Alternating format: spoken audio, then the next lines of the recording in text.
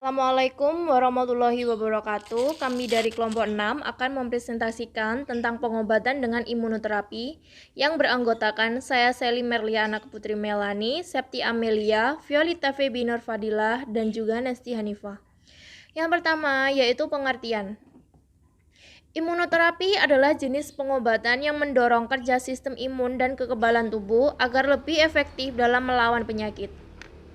Imunoterapi yang dirancang untuk memperoleh atau memperkuat respon imun diklarifikasikan sebagai imunoterapi aktivasi, sedangkan imunoterapi yang mengurangi atau menekan diklarifikasikan sebagai imunoterapi penekan. Imunoterapi dapat digunakan untuk pengobatan penyakit seperti penyakit kanker dan juga alergi. Imunoterapi pada kanker.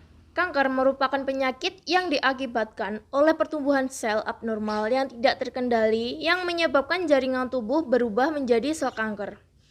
Sel kanker mengabaikan sinyal-sinyal normal yang meregulasi siklus sel membelah secara berlebihan dan menginvasi jaringan lain. Mengontrol kanker dengan cara-cara imunologis berperan dalam eradiksi kanker primer, metastatis, dan residu yang tertinggal setelah regimen terapi konvensional. Imunoterapi adalah bentuk terapi kanker yang baru diciptakan yang memanfaatkan dari sistem imun, yaitu spesifitas dan daya ingat. Imunoterapi dapat digunakan untuk mengidentifikasi tumor dan memungkinkan pendeteksian semua tempat metastatis yang tersembunyi. Imunoterapi dapat merangsang sistem kekebalan panjamu agar berespon secara lebih agresif terhadap tumor atau sel-sel tumor. Imunologi dibagi menjadi dua, yaitu imunologi pasif dan imunologi aktif.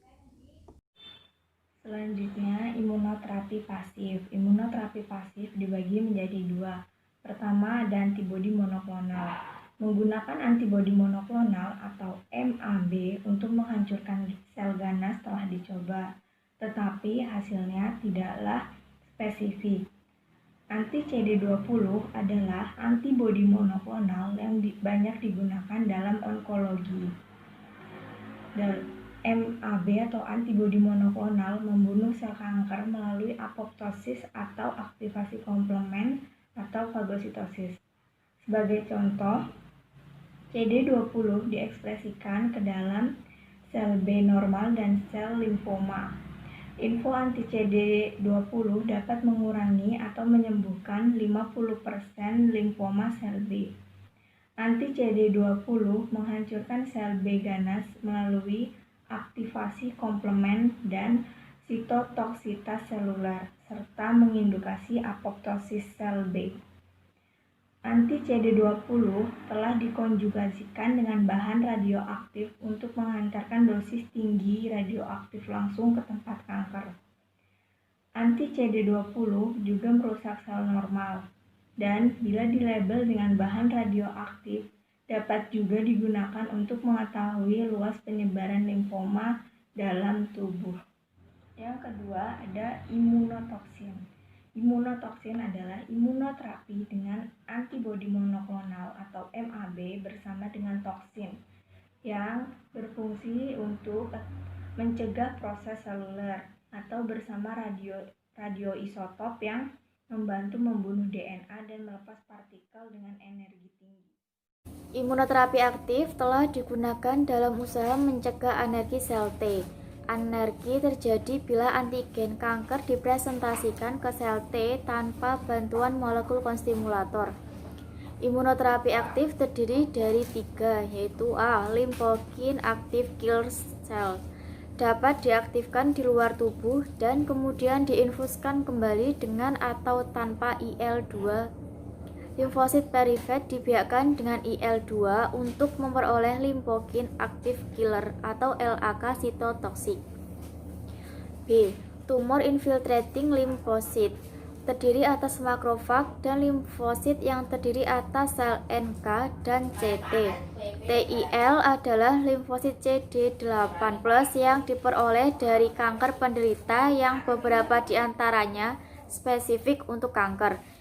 Cara yang juga menginfuskan kembali ke penderita dengan atau tanpa IL-2 ini menunjukkan toksisitas yang berarti. C. Macrophage active killer cells. Monosit diisolasi dari darah perifer penderita dengan kanker.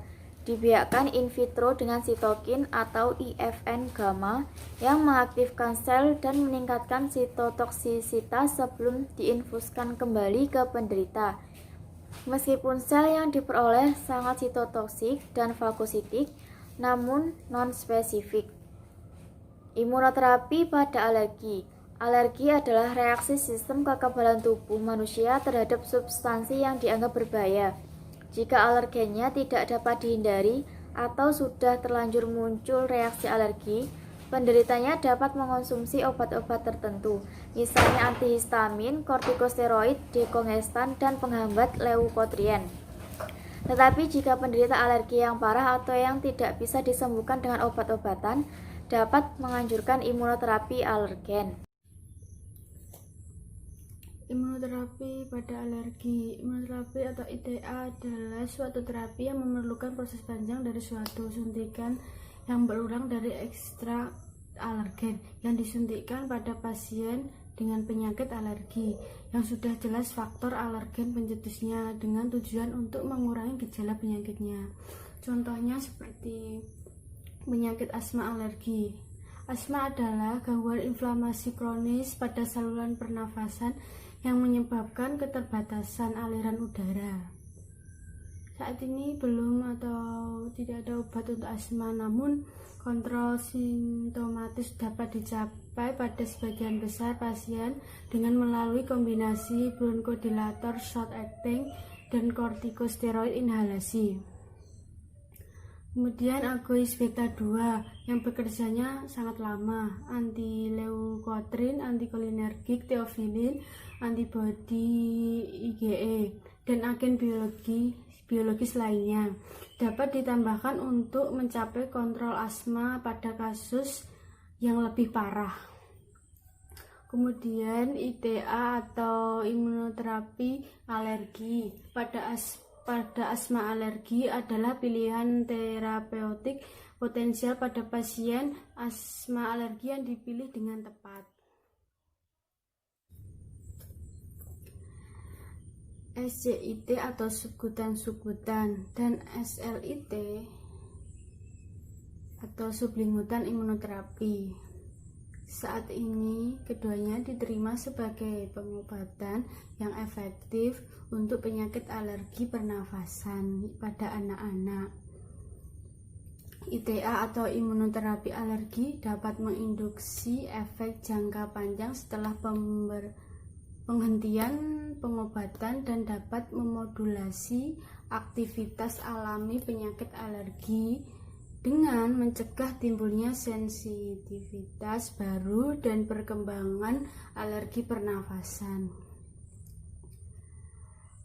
SCIT atau subkutan dan SLIT atau sublingutan imunoterapi tersebut efektivitas keduanya telah ditunjukkan oleh tinjauan sistematis dan meta-analisis untuk penyakit pernafasan alergen musiman.